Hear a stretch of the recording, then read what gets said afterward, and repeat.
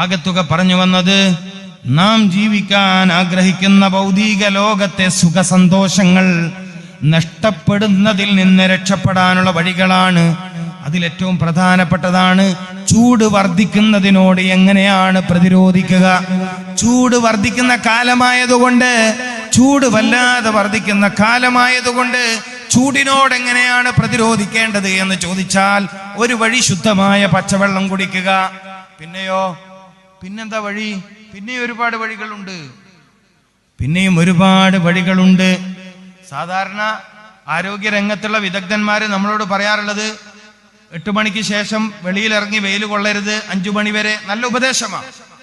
ആരോഗ്യ പരിപാലന രംഗത്ത് പ്രവർത്തിക്കുന്ന ഗവൺമെന്റ് സംവിധാനങ്ങളൊക്കെ നല്ലത് തന്നെയാണ്. അവരുടെ ഉപദേശങ്ങളൊക്കെ പരമാവധി നമ്മൾ സ്വീകരിക്കുക തന്നെ വേണം, സ്വീകരിക്കണം. എല്ലാ നല്ല ഉപദേശങ്ങളും നമ്മൾ സ്വീകരിക്കണം. കുട്ടികളെ വല്ലാതെ വെയിലത്തിറക്കരുത്. അസ്ഥിരോഗം വർദ്ധിക്കുന്നതിൽ ചൂട് വലിയ കാരണമാണ്. ഓസ്റ്റിയോപൊറോസിസ്, എല്ലിങ്ങനെ വളഞ്ഞിട്ടേ കൊടയുടെ കമ്പി മാതിരി, കൊടയുടെ കമ്പിയില്ലേ തുറന്നാൽ, ഒരു കൊട തുറന്നാൽ കമ്പി നിൽക്കണ പോലെ, കമ്പി ഇങ്ങനെ വളഞ്ഞു നിൽക്കണ പോലെ കാല് വളഞ്ഞ്, കാല് പതുക്കെ ഇങ്ങനെ വളവ് വന്ന് പൊട്ടിപ്പോവുന്ന രോഗം. ഇപ്പൊ തേയ്മാനേ വന്നിട്ടുള്ളൂ, മുട്ട മടക്കാൻ പറ്റാത്ത പ്രശ്നമേ ഉള്ളൂ. മാരകമായൊരു രോഗം പുതിയ സമൂഹത്തെ കാത്തു നിൽക്കുകയാണ്. എല്ലാം നൊരുമ്പിപ്പോവുന്ന രോഗം കാത്തു നിൽക്കുകയാണ് എൻ്റെ യുവാക്കളെ. 17-18 വയസ്സ് ജീവിതത്തെ ആഘോഷിക്കണമെന്ന് തീരുമാനിച്ചിരിക്കുന്ന ചെറുപ്പക്കാരെ, നിങ്ങളെ കാത്തുകൊണ്ട് ഒരു മാരകമായ രോഗം പ്രത്യക്ഷമായിട്ടുണ്ട്. നിങ്ങളെയാണ് ടാർഗറ്റ് ചെയ്തിരിക്കുന്നത്. അസ്ഥി നുരുമ്പിപ്പോവുക, എല്ലുകൾ നുരുമ്പിപ്പോവുക. മരിച്ച് ഖബറിൽ വെച്ച് ദിവസങ്ങൾ കഴിഞ്ഞിട്ടുള്ള കാര്യമല്ല പറയുന്നത്. മരിച്ച് ഖബറിൽ വെച്ച് ആഴ്ചകൾ കഴിഞ്ഞിട്ടുള്ള കാര്യമല്ല പറയുന്നത്. പുതിയ കാലത്ത് ജീവിക്കുന്ന മനുഷ്യന്റെ എല്ലുകൾ നുരുമ്പിപ്പോവുന്ന രോഗം, എല്ലുകൾ ക്ഷയിച്ചില്ലാണ്ടാവുന്ന രോഗം വരാൻ പോവുകയാണ്. രാത്രി നീ കിടന്നുറങ്ങുമ്പോ നിന്റെ പുറത്ത് നട്ടെല്ലുണ്ടായിരുന്നു. രാവിലെ സുബ്ഹിക്ക് പള്ളി പോണെന്നുള്ള പൂതിയിൽ നീ ഉറക്കത്തിൽ നിന്നറിഞ്ഞുവെങ്കിലും നിനക്ക് എഴുന്നേൽക്കാൻ പറ്റുന്നില്ല. നട്ടെല്ല് ഉണ്ടായിരുന്ന ഭാഗത്ത് ആ വസ്തു കാണൂല, നിനക്ക് എഴുന്നേൽക്കാൻ പറ്റൂല. നട്ടെല്ല് ദ്രവിക്കുന്ന രോഗം വരാൻ പോകുന്നു. അള്ളാഹു നമ്മളെ കാത്തുരക്ഷിക്കട്ടെ. ഇന്നിപ്പോ ഇതൊക്കെ നിങ്ങൾ വേഗം വിശ്വസിക്കും. കാര്യം എല്ലിനൊക്കെ രോഗം വരുമെന്ന് നമുക്ക് ബോധ്യമായിട്ടുണ്ട്, അസ്ഥികൾക്ക് രോഗം വരുമെന്ന് ബോധ്യമായിട്ടുണ്ട്. വില കൂടിയ ചെരുപ്പ് ധരിച്ചുകൊണ്ട് എല്ല് രോഗത്തെ പ്രതിരോധിക്കാൻ കഴിയില്ലെന്ന് ബോധ്യമായിട്ടുണ്ട്. വില കൂടിയ ആഭരണം ധരിച്ചു എന്നതിന്റെ പേരിൽ സെർവിക്കിൾ, അതായത് പെരടിയുടെ ഭാഗത്തെ അസ്ഥിക്ക് വേദന വരുന്നത് തടയാൻ പറ്റുന്ന ഒരൊറ്റ പെണ്ണുങ്ങളും ചിന്തിക്കണ്ട, നടക്കൂല. എന്നാൽ അസ്ഥി രോഗം ഈ ഉഷ്ണകാലത്ത് വർദ്ധിക്കും. ശരീരത്തിൽ ചൂട് വർദ്ധിക്കുന്നതാണ് ഇസ്ലാമിക വൈദ്യശാസ്ത്ര പ്രകാരം സത്യത്തിൽ എല്ലാ രോഗത്തിന്റെയും കാരണം. ശരീരത്തിൽ ചൂട് വർദ്ധിക്കുക എന്നതാണ്, ചൂട് ക്രമീകരിക്കുക എന്നതാണ് ആരോഗ്യ പരിപാലനം. ഒരു മനുഷ്യൻ തന്റെ ശരീരത്തിന്റെ ചൂട് ക്രമീകരിക്കുക എന്നതാണ് രോഗം വരാതിരിക്കാൻ അയാൾ ചെയ്യേണ്ടത്. അതുകൊണ്ടാണ് വെള്ളം കുടിക്കാൻ പറഞ്ഞത്. മാത്രമല്ല, മറ്റൊരു പ്രധാന കാര്യം സഹോദരിമാർക്ക് പറഞ്ഞു കൊടുക്കാം. പ്രത്യേകിച്ചും നമ്മളൊക്കെ മാംസഭക്ഷണം വല്ലാതെ ഇഷ്ടപ്പെടുന്നവരാണ്. ഉഷ്ണകാലത്ത് മാംസം വേവിക്കുമ്പോൾ സഹോദരിമാരാണ് ശ്രദ്ധിക്കേണ്ടത്. ചൂട് കാലത്ത് ഇറച്ചി വേവിക്കുമ്പോൾ വെള്ളരി പോലത്തെ വസ്തു അതിൽ ചേർക്കണം. വെള്ളരി, ഇവിടെ വെള്ളരി എന്ന് പറയില്ലേ? എന്റെ സഹോദരിമാരാണ് പാചകം ചെയ്യുന്നത്. ഉഷ്ണകാലത്ത് മാംസം കഴിക്കാതിരിക്കാൻ നമുക്ക് കഴിയൂല. വെള്ളിയാഴ്ചയെങ്കിലും ഇറച്ചി കഴിക്കണം, അത് ശരീരത്തിന്റെ ആരോഗ്യത്തിന് അനിവാര്യമാണ്. വെള്ളിയാഴ്ച ഇവിടെ ഇറച്ചി കഴിക്കലില്ലേ? വെള്ളിയാഴ്ച ഇപ്പൊഴിവ്. ഇപ്പൊ എല്ലാ ദിവസവും കഴിക്കുന്നതുകൊണ്ട് വെള്ളിയാഴ്ചക്ക് വലിയ പൂതിയൊന്നുമില്ല. മുമ്പൊക്കെ വെള്ളിയാഴ്ച എന്ന് പറയുമ്പോൾ ഇറച്ചിന്റെ ഒരു മണം കൂടി ഉണ്ടാവലുണ്ട്. മുമ്പ് പഴയ കാലത്തൊരു കഥ പറയുന്നത്, വെള്ളിയാഴ്ച എന്ന് പറയുമ്പോൾ അതിനൊരു ഇറച്ചിയുടെ മണവും അത്തറിന്റെ മണവും രണ്ടാ മണം ഉണ്ടായാല്. മുമ്പത്തെ കഥയാണ്. ഇപ്പൊ ഇറച്ചിക്കും മണമില്ല, അത്തറിനും മണമില്ല. ആഴ്ചയിൽ ഒരു ദിവസം എന്തായാലും എല്ലാവരും മാംസം കഴിക്കണം. വെള്ളിയാഴ്ച ഉച്ചക്ക് നല്ല പോത്തിറച്ചി വേവിച്ച് കഴിക്കണം. പക്ഷേ 1-2 മാസം നിങ്ങളതിൽ ചുരങ്ങ പോലോത്ത വെള്ളരി പോലോത്ത വസ്തുക്കൾ ചേർത്ത് കഴിച്ചിട്ടില്ലെങ്കിൽ കരള് രോഗത്തെ നിങ്ങൾ കാത്തിരിക്കുക. അത്ര പറഞ്ഞാ പോരെ? നിങ്ങൾക്കെല്ലാം മനസ്സിലാകുന്നുണ്ടല്ലോ. കരൾ രോഗത്തെ നിങ്ങൾ കാത്തിരിക്കുക. മുമ്പ് ഹെപ്പറ്റൈറ്റിസ് എയും ബിയും ഉണ്ടായിരുന്നു, ഇപ്പൊ സിയും ഡിയും ആയി. ഡി വന്നോന്നറിയില്ല, വരും. സി എന്തായാലും വന്നു. കരൾ ചീയൽ രോഗം മനുഷ്യ ശരീരത്തിലെ അത്ഭുതാവയവം. കരൾ. വല്ലാണ്ട് സ്നേഹം കൂടിയ കരളേന്ന് വിളിക്കുന്ന എന്തുകൊണ്ടാ? ഒരുവിധം കേടുപാടൊക്കെ തീർക്കുന്ന ആളാണ് കരള്. അത്രയും ഇഷ്ടമുള്ള ആള്, അത്രയും പറ്റിയ ആളെ കരളേന്ന് വിളിക്കാവുന്നതിന്റെ അർത്ഥം. നമ്മുടെ ശരീരത്തിലെ ഒരുവിധം കേടുപാടൊക്കെ തീർക്കുന്ന ആളാണ് കരള്. അതുകൊണ്ടാ നമ്മൾ ചില ആളെന്റെ കരളേന്ന് വിളിക്കണത്. ഇപ്പൊ കണ്ടവനൊക്കെ കരളേന്നാ വിളിക്ക.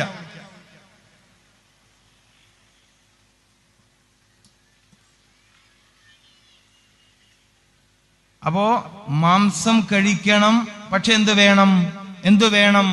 അതിൽ വെള്ളരി പോലോത്ത അല്ലെങ്കിൽ ചുരങ്ങ പോലോത്ത വസ്തുക്കൾ ചേർത്ത് വേവിച്ച് കഴിക്കണം സഹോദരിമാര്.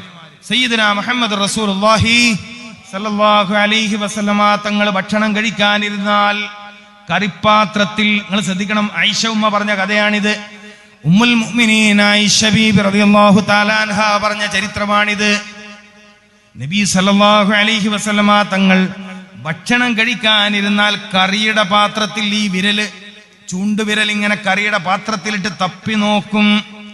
തപ്പി നോക്കും ചുരങ്ങയുടെ കഷ്ണമുണ്ടോ എന്ന്.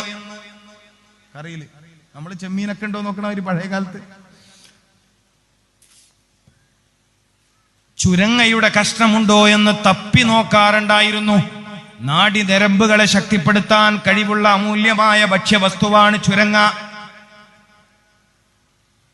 ഉഷ്ണകാലത്ത് പ്രത്യേകിച്ചും മാംസം വേവിച്ച് കഴിക്കുമ്പോഴും പ്രമേഹം പോലോത്ത രോഗമുള്ളവര്, നാഡീ തളർച്ച പോലോത്ത രോഗമുള്ളവര്, ഹൃദയ സംബന്ധമായ ക്ഷീണത്തിന്റെ രോഗമുള്ളവര് രാത്രി നേരത്ത് ചുരങ്ങ കറി വെച്ച് കഴിക്കുന്നത്, നടുവിന്റെ ഭാഗത്ത്, അരക്കെട്ടിന്റെ ഭാഗത്ത് സ്ഥിരമായ രോഗമുള്ളവർ ചുരങ്ങ കറി വെച്ച് കഴിക്കുന്നത് വലിയ ഗുണമുണ്ടാക്കും.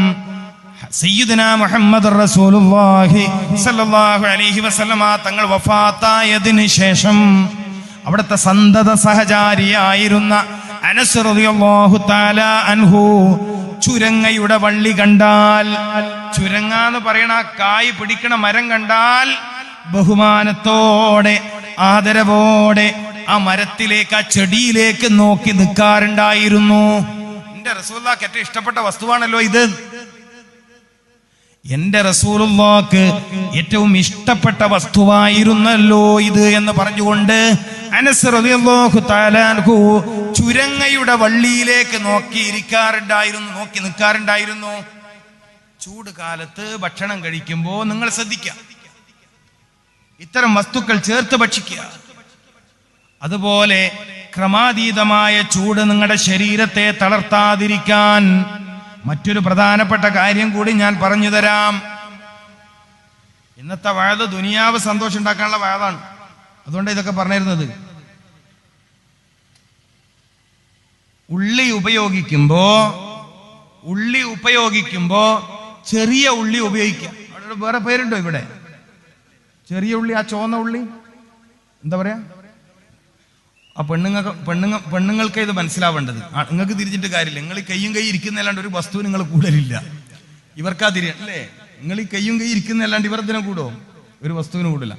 പെണ്ണുങ്ങൾക്ക് മനസ്സിലായോ എന്നുള്ളതാണ്. ചെറിയ ഉള്ളി, ജൂനിയർ അല്ലേ? ആ ചുവന്ന സാധനം വാങ്ങലുണ്ടോ? വീട്ടില് വാങ്ങലുണ്ടോ? സാമ്പാർ നമ്മൾ വെക്കലില്ലല്ലോ. ഉണ്ടോ? അത് നമ്മളെ ഹൈന്ദവ സഹോദരന്മാർക്ക് ഉള്ള കറിയല്ലേ. അവരെടുത്ത് പോണ ഒരുപടി രുചിയിൽ സാമ്പാർ കൂട്ടണമെങ്കിൽ നമ്മൾ വെക്കലുണ്ടോ? ഉണ്ടോ? മാറ്റം വന്നിട്ടുണ്ട് അല്ലേ? പെണ്ണുങ്ങൾക്ക് സാമ്പാർ വെക്കാൻ അറിയോ? കോഴിക്കറിയാ എളുപ്പം. മുറിച്ചിട്ട് പീടിയെന്ന് തരും. രസം ഉണ്ടെങ്കിലും ഇല്ലെങ്കിലും കറി കോഴിയാണല്ലോ. ചെറിയ ഉള്ളി പനി വ്യാപിക്കുന്നതിനെ തടയാൻ കഴിയും. പനി വ്യാപിക്കില്ല. മനസ്സിലായിക്കോളി. നബി സല്ലല്ലാഹു അലൈഹി വസല്ലം തങ്ങളുടെ അധ്യാപനങ്ങൾ എത്ര വലിയ കാര്യങ്ങളാണ്.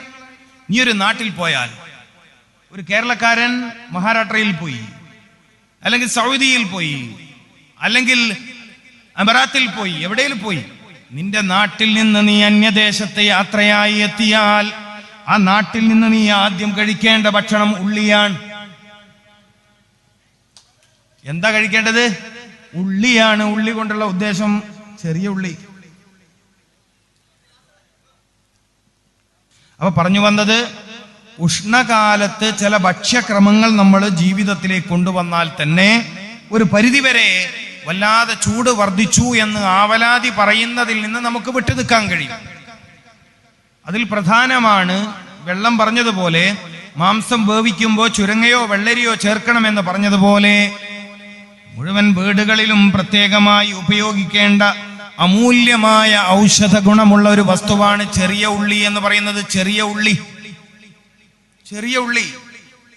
ഇതിവിടെ ഉപയോഗിക്കണം, നമ്മളെല്ലാവരും ഉപയോഗിക്കണം. പനിയുള്ള വീട്ടിൽ, പനിയൊക്കെ ഉള്ള ആളുകളാവുമ്പോൾ ചെറിയുള്ളി ചേർത്ത കഞ്ഞി കൊടുക്കണം അവർക്ക്. ചെറിയ ഉള്ളി മുറിച്ചിട്ട് കുത്തരി കൊണ്ട് കഞ്ഞി വേവിച്ച് കൊടുത്താൽ പനിയുമായി ബന്ധപ്പെട്ട അസ്വസ്ഥതകൾ ഇല്ലാണ്ടാവും.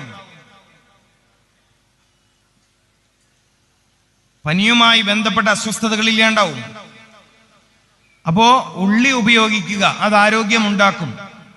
ഉള്ളി ഉപയോഗിക്കുന്നത് ആരോഗ്യമുണ്ടാക്കും. എന്നാൽ ശരീരത്തിൽ വല്ലാതെ ഉഷ്ണം വർദ്ധിക്കാതിരിക്കാനും, ശരീരത്തിന്റെ പ്രതിരോധ ശക്തിയെ വർദ്ധിപ്പിക്കാനും ഈ ചെറിയുള്ളിക്ക് വലിയ കഴിവുണ്ട് എന്ന് നമ്മൾ തിരിച്ചറിയണം. നമ്മൾ മനസ്സിലാക്കേണ്ട കാര്യമാണ്. അപ്പൊ വീടുകളിൽ മുഴുവൻ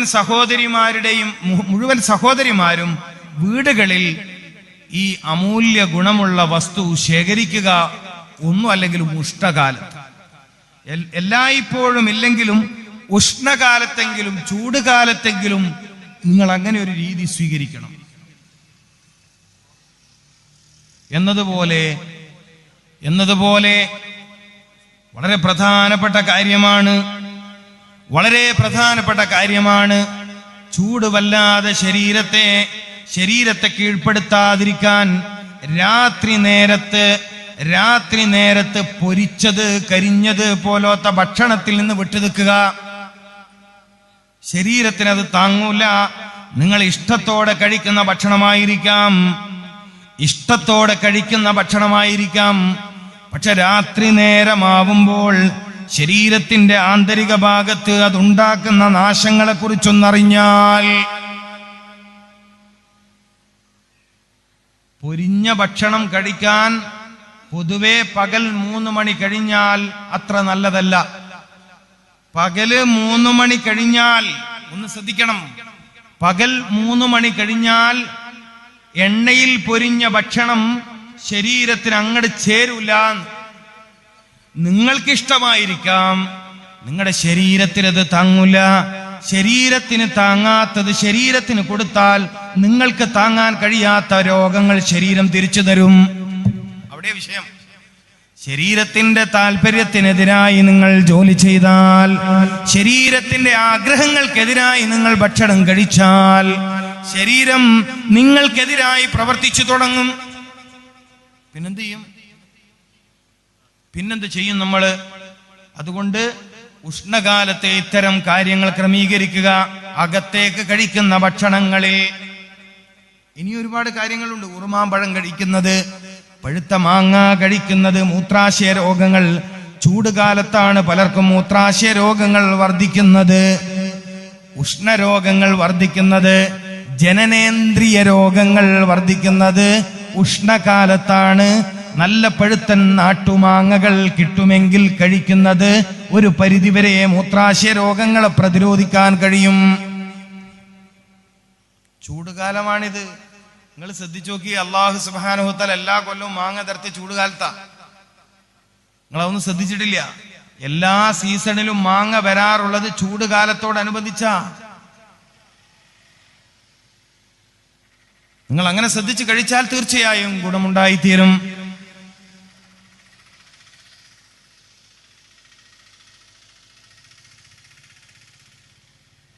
അതുപോലെ വല്ലാതെ ചൂടിനെ ശരീരം താങ്ങാൻ കഴിയാത്ത ചൂട് കൊണ്ട് പ്രയാസപ്പെടുന്നവർക്ക് ഗുണകരമായ മറ്റൊരു കാര്യം കൂടി പറയാം. നിങ്ങൾ കുളിച്ചു കഴിഞ്ഞാൽ ശരീരം തോർത്താതിരിക്കുക എന്നതാണ്. കുളിച്ച ശരീരത്തിൽ തന്നെ വെള്ളമുണങ്ങുക, കുളിച്ച ശരീരത്തിൽ തന്നെ വെള്ളമുണങ്ങുക. ഒരാഴ്ച ചെയ്യാൻ കഴിയുമ്പോൾ ഒരാഴ്ചയെങ്കിലും നിങ്ങൾ ഇങ്ങനെ ഒരു രീതി പതിവാക്കിയാൽ ജോലി ചെയ്യാൻ, പഠിക്കാൻ, യാത്ര ചെയ്യാൻ, മറ്റു പലതും ചെയ്യാൻ വല്ലാത്ത ഉന്മേഷം നിങ്ങൾക്ക് തിരിച്ചു കിട്ടിയതായി മനസ്സിലാവും. ഒരാഴ്ച കൊണ്ട് റിസൾട്ട് കിട്ടുന്ന കാര്യം പറയണത്. കുളിച്ചിട്ട് ദേഹം തോർത്താതിരിക്കുക. കുളിച്ചാൽ ആ ശരീരത്തിൽ തന്നെ വെള്ളം അങ്ങോട്ട് ഉണങ്ങുക. ഇതിലൂടെയൊക്കെ നടക്കുന്ന ചില കാര്യങ്ങളുണ്ട്. സമയം വളരെ ചെറുതായത് കൊണ്ടാണ് ഞാൻ അങ്ങോട്ടൊന്നും പോവാത്തത്. കുളിച്ച ശരീരത്തിൽ ഉമ്മമാര് ശ്രദ്ധിക്കണം, ദയവ് ചെയ്ത് ചെറിയ കുഞ്ഞുങ്ങളെ കുളിപ്പിച്ചാൽ അവരുടെ തലയും അവരുടെ നെഞ്ചും നിങ്ങൾ തോർത്തരുത്. അവരെ വിട്ടേക്കണം. ആരോഗ്യമുള്ള കുഞ്ഞുങ്ങൾ വളരട്ടെ, ആരോഗ്യമുള്ള കുഞ്ഞുങ്ങൾ വളരട്ടെ. എന്റെ പ്രിയപ്പെട്ടവരെ, ഹൃദയത്തിനെയും മസ്തിഷ്കത്തിനെയും ശക്തിപ്പെടുത്താൻ കഴിയുന്ന കാര്യങ്ങൾ ഒരുപാടുണ്ടെന്ന് ഞാൻ പറഞ്ഞ കൂട്ടത്തിൽ വളരെ പ്രധാനപ്പെട്ട ഒരു കാര്യമാണ് കുളിച്ച് തലയിലും നെഞ്ചത്തും ഒരേ സമയം അതിന്റെ ഈർപ്പം നിലനിൽക്കുക എന്നത്. ഒരു മനുഷ്യൻ കുളിച്ചിട്ട് തലയിലും നെഞ്ചിലും ഒരേ സമയം അതിന്റെ നനവ് നിലനിർത്തുക എന്നത് ഹൃദയത്തെ സംരക്ഷിക്കാൻ, ഹൃദയഭിത്തികളെ സംരക്ഷിക്കാൻ സഹായിക്കുന്ന സെല്ലുകളെ, സ്റ്റെനോയിൽ സെല്ല് എന്ന് പറയും, സെല്ലുകളെ സംരക്ഷിക്കാൻ കഴിയുന്ന മെത്തഡാ പറയുന്നത്. ഹൃദ്രോഗത്തെ തടയാൻ കഴിയുന്ന ഒരു കാര്യമാ പറയുന്നത്. ഹൃദയത്തെ ബലപ്പെടുത്താൻ കഴിയുന്ന ഒരു കാര്യമാ പറയുന്നത്. കുളിച്ചിട്ട് തലയും നെഞ്ചും കുറച്ചു നേരം അതിന്റെ ഈർപ്പത്തോടെ നിലനിൽക്കുക എന്നുള്ളത്, പ്രത്യേകിച്ചും ചൂട് വർദ്ധിച്ച കാലഘട്ടത്തിൽ ഒരാഴ്ച കഴിയുമ്പോഴേക്കും നിങ്ങൾക്ക് ചൂട് വല്ലാതെ പ്രശ്നമാവില്ല. അള്ളാഹു തൗഫീഖ് ചെയ്യട്ടെ. പിന്നെ കുളിക്കണ നേരത്ത് വേഗം തോർത്തിയിട്ടില്ലെങ്കിൽ നീരിറക്കൊക്കെ വരും, തുമ്മൽ വരും, ജലദോഷമൊക്കെ വരും, ആകെ ഇടങ്ങറാവും എന്ന് പേടിയുള്ള ആളുകള് കുളിക്കുന്ന സമയത്ത് ഒരൽപ്പം വെള്ളം വായയിൽ വെക്കണം. വായക്കകത്ത് കുളിക്കാൻ തുടങ്ങുമ്പോൾ മുതൽ വെള്ളം ഉണ്ടാവണം. ആ വെള്ളം തുപ്പിക്കളയരുത്. കുളി കഴിഞ്ഞ് ശരീരത്തിലെ വെള്ളം മാറുന്നത് വരെ ആ വെള്ളം അവിടെ വെക്കുക. വല്ലാതെ നീരിറക്കം, അങ്ങനല്ലേ പറയാ, നീരിറക്കം എന്നല്ലേ ഇവിടെ പറയാ. നീരിറക്കത്തിന്റെ പ്രശ്നമുള്ളവർ, പെരടി വേദനയൊക്കെ വരും. പിന്നെ അങ്ങനെയുള്ളവർ ഈ ഒരു ശൈലി സ്വീകരിച്ചാൽ അവർക്ക് പ്രയാസം വരില്ല. എത്രയോ ആളുകൾക്ക്, ഞാനിത് പല സ്ഥലത്തും പറഞ്ഞതിന് ശേഷം ഇങ്ങനെ ചെയ്ത എത്രയോ ആളുകൾക്ക് ഇപ്പൊ അലർജി, തുമ്മൽ, ജലദോഷമൊന്നും ഇല്ല, റാഹത്തായി. ഒരുപാട് കാലമായി തുമ്മൽ, അലർജി രോഗങ്ങൾ കൊണ്ട് പ്രയാസപ്പെട്ട ഒരുപാട് ആളുകൾ ആ പ്രയാസകരമായ അവസ്ഥയിൽ നിന്ന് രക്ഷപ്പെട്ടിട്ടുണ്ട്. അവർ സന്തോഷം വിളിച്ചു പറഞ്ഞിട്ടുണ്ട്. ഞാൻ ഇപ്പൊ ഇത് പറയാൻ കാരണം അലർജി രോഗത്തിനെതിരെയല്ല, ചൂട് വല്ലാണ്ട് വർദ്ധിച്ചിട്ടുണ്ട്. അതിനോട് നമ്മുടെ ശരീരത്തിന് ഒന്ന് പിടിച്ചു നിൽക്കാൻ കഴിയണം. ഇനിയും ഒരു കാര്യം കൂടി എനിക്ക് വളരെ ഗൗരവത്തിൽ പറയാനുണ്ട്. നിങ്ങളുടെ വീടുകളിൽ രാത്രി സമയത്ത് ഒരുപാട് ബൾബുകൾ വെറുതെ കത്തിച്ചിടരുത്. ഇവിടെ ഇപ്പൊ ഇത് ഉറൂസ് മുബാറക്കാണ്. വിളക്ക് കൊണ്ട് മഹാന്മാരുടെ മസ്ജിദും മഹാന്മാര് പാർക്കുന്ന ഇടങ്ങളും അലങ്കരിക്കണം എന്നത് ഒരു സുന്നത്തായ രീതിയാണ്.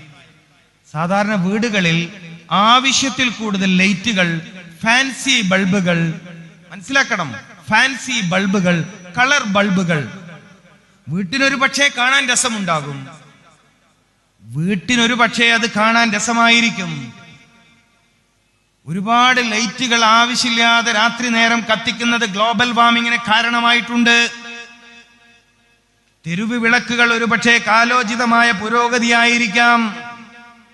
ഈ കാലഘട്ടത്തിൽ അതൊരു പക്ഷെ അനിവാര്യമായിരിക്കാം. സ്ട്രീറ്റ് ലൈറ്റുകൾ, പ്രഭാതം വരെ കത്തുന്ന സ്ട്രീറ്റ് ലൈറ്റുകൾ ഒരു പക്ഷേ ഈ കാലഘട്ടത്തിൽ അനിവാര്യമായിരിക്കാം. പക്ഷേ അന്തരീക്ഷത്തിൽ ചൂട് വർദ്ധിക്കുന്നതിൽ, മനുഷ്യ ശരീരത്തിൽ മാരകമായ രോഗങ്ങൾ ഉണ്ടാക്കുന്ന അളവിൽ, പ്രകൃതിയിൽ ചൂട് വർദ്ധിക്കുന്ന കാരണങ്ങളിൽ രാത്രി നേരത്ത് കത്തിക്കൊണ്ടിരിക്കുന്ന ബൾബുകൾ കാരണമായിട്ടുണ്ട്. ആകാശത്തുനിന്ന് തീമയായി മാത്രം പെയ്തിറങ്ങുന്നതല്ല ചൂട്. ഗ്ലോബൽ വാർമിങ്ങിന്റെ കാരണം ഓസോൺ പാളിക്ക് കീറുണ്ടായത് മാത്രമല്ല. ഗ്ലോബൽ വാർമിംഗ് എന്ന് പറഞ്ഞാൽ അതിന്റെ ഒരു ലളിതമായ വിശദീകരണം അന്തരീക്ഷത്തിൽ ചൂട് വർദ്ധിക്കുക എന്നതാണ്. ശരിയായ വിശദീകരണം അല്ല അത്, ഒരു ചെറിയ വിശദീകരണം. ക്രമാതീതമായ ചൂട് വർദ്ധിക്കലാണ് സൂര്യാഘാതം. മുമ്പൊക്കെ അടുപ്പിൽ നിന്ന് തീപ്പാറിയിട്ട് ശരീരത്തിലെ തൊലി പൊള്ളിയിരുന്നു. അയൺ ബോക്സിൽ നിന്ന് തീപ്പാളിയിട്ട് കൈ പൊള്ളിയിരുന്നു. പക്ഷേ പുതിയ കാലത്തെ പുരോഗതി കേൾക്കണോ നിങ്ങൾക്ക്? സൂര്യ വെളിച്ചം കൊണ്ടിട്ട് തൊലി പൊള്ളി. പത്രത്തിൽ വായിച്ചിട്ടില്ലേ? സൂര്യാഘാതം എന്ന് വായിച്ചിട്ടില്ലേ? സൂര്യാഘാതം, സൂര്യന്റെ വെളിച്ചം തട്ടിയിട്ട് മനുഷ്യന്റെ തൊലി പൊള്ളുക. മരിച്ചില്ലേ ആളുകൾ? മരിച്ചില്ലേ? കണ്ണൂര് മരിച്ചില്ലേ? എത്രമേൽ ഭയപ്പെടണം നമ്മൾ, എത്രമേൽ ഈ കാലത്ത് ജീവിക്കാൻ ഭയപ്പെടണം പ്രിയപ്പെട്ടവരെ. എത്രമേൽ നമ്മൾ ഭയപ്പെടണം ഈ കാലഘട്ടത്തിൽ ജീവിക്കാൻ. ബോധമില്ലാതെ ജീവിക്കുന്നവർ, എപ്പോഴും ആനന്ദത്തിലും എപ്പോഴും ആർഭാടത്തിലും എപ്പോഴും മതിമറന്നും ജീവിക്കുന്നവർ ആലോചിക്കുന്നുണ്ടോ പ്രകൃതിയിൽ സംഭവിച്ച നാശങ്ങളും നഷ്ടങ്ങളും ദുരിതങ്ങളും? അത്ഭുതപ്പെട്ടു പോയി വാർത്ത വായിച്ചിട്ട്. സൂര്യന്റെ വെളിച്ചം മനുഷ്യ ശരീരത്തിന്റെ ചർമ്മങ്ങളെ പൊള്ളിച്ചു കളഞ്ഞു. ആ നിലയിൽ ആ കാര്യങ്ങൾ മുന്നോട്ട് പോകുന്നത്. അതുകൊണ്ടാണ് പ്രിയപ്പെട്ടവരെ ഞാൻ പറഞ്ഞത്, നിങ്ങൾ ശ്രദ്ധിക്കുക, ചൂടിനെ ശ്രദ്ധിക്കുക. രാത്രി നേരത്ത് വീടുകളിൽ വല്ലാതെ ലൈറ്റുകൾ കത്തിച്ചിടുന്ന സ്വഭാവം ഒഴിവാക്കുക. അതുപോലെ മറ്റു പലതുമുണ്ട്. ശരീരത്തിന് ചൂട് കൂട്ടുന്ന ചില ഭക്ഷ്യവസ്തുക്കളുണ്ട്. വല്ലാതെ കോഴിമാംസം കഴിക്കുന്നത്, വല്ലാതെ കൂടുതൽ അളവിൽ കോഴിമാംസം കഴിക്കുന്നത്, ചെമ്മീൻ കഴിക്കുന്നത്, അയല കഴിക്കുന്നത്.